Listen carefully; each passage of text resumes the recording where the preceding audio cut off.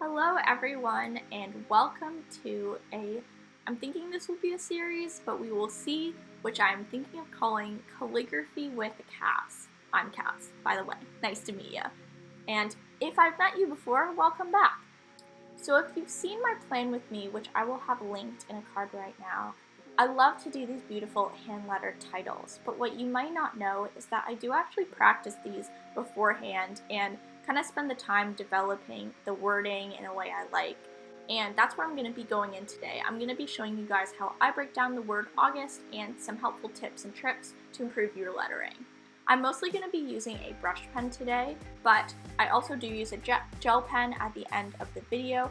I love using the Kaweco Sport or Kaweco. I've heard it both ways. However, just a regular gel pen will do. Honestly, whichever one you like the best, you should use. Now, the brush pen is mostly going to be what I'm using today. This is a stiff tip brush pen, so it's really great for beginners to get that control.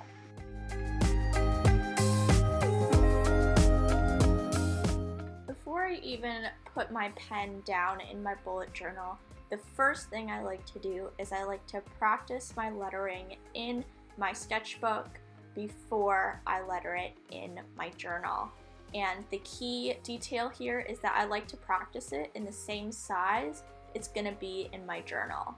I like to square off the boundaries or like the amount of space I have to letter my word, and this just makes sure when you're doing the final word in your journal that it's going to fit properly.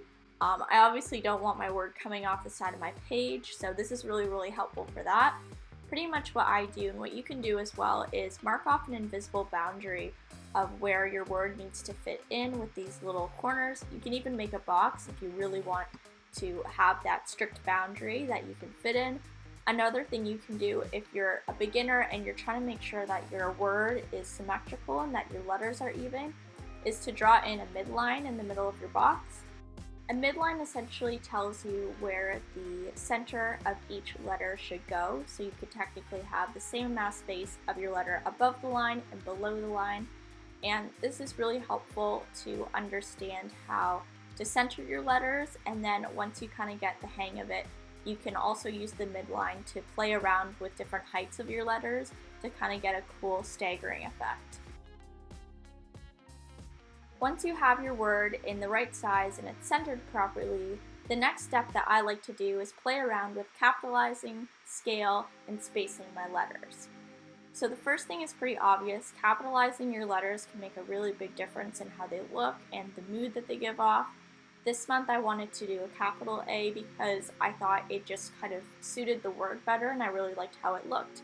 Doing a lowercase a can give you a very different effect. I find all lowercase letters can look really beautiful and elegant and soft, so that's a really nice kind of mood if you're going for that. The next thing to consider is scale. And what I mean by scale is how big each letter is compared to the others. So in the first example, the U is a lot smaller than the capital A. And in the second example, I make the U a lot bigger. And this playing with the scale can add a really interesting effect to your letters, and this is something I really like to do with a lot of my lettering. I like to usually pick either the same letter if it appears multiple times and make that a little bigger or a little smaller, or you can kind of pick a couple letters that you want to make bigger or smaller. The next thing I like to play with is spacing. I would say the first thing to be aware of with spacing is no matter what kind of spacing you do with your letters, try to make sure that it's consistent because this is going to make your lettering look the best. Obviously, you want to give your letters enough space so that they don't overlap, although I actually overlapped my G in this month's lettering and I think it looked really cool. So a good tip for making sure your spacing is consistent is to actually lift your pen after every single letter. Calligraphy is not meant to be like normal handwriting when you just keep going. You're actually supposed to do one letter, stop, look at your word, and then continue on to the other letter. Another thing that can really impact your lettering, and especially like the mood that it gives off, is the angling of your letters. This one took me a long time to get, but once I got my angles in the way that I like them, I found it made a really big difference in my lettering. I personally really like to angle my letters pretty far to the right, as you can see on the right hand example. And again, with angling, it's the same thing as spacing.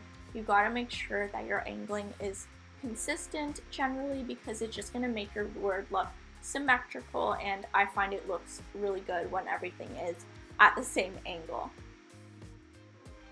And the last thing I encourage you to do when you're lettering whatever kind of word is to find your own style and experiment with different styles of calligraphy. Right now, I'm just going to show you a couple of examples. This is all lowercase, so we're not doing any capitalization. And essentially, I am making the word very flowy by not connecting my downstrokes, which is the thick part, and my upstroke, which is the thin part, as you can see on the top of each letter. And this disconnected look kind of gives it a very relaxed sort of look. And to kind of go like on the other end of the scale, this word I'm doing right now for August is extremely upright, so we're not having that kind of right angle like the word on the left, and it's going to look a lot more bouncy. I also just want to bring up the fact that, you know, calligraphy is an art form in itself. Although I'm trying to give you guys some hopefully helpful tips that can help improve your lettering in the long run, I want you guys to really make sure that you keep your own personal freedom with your lettering and make sure you kind of experiment and do what works for you at the end of the day.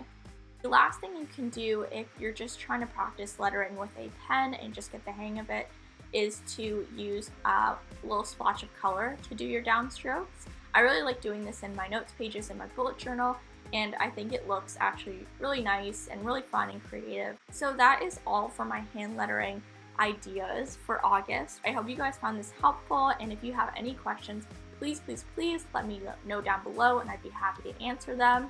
Again, what I talked about was essentially making sure your lettering is the same size as the final product, experimenting with capitalizing, scale, and spacing, and then finally finding your own style.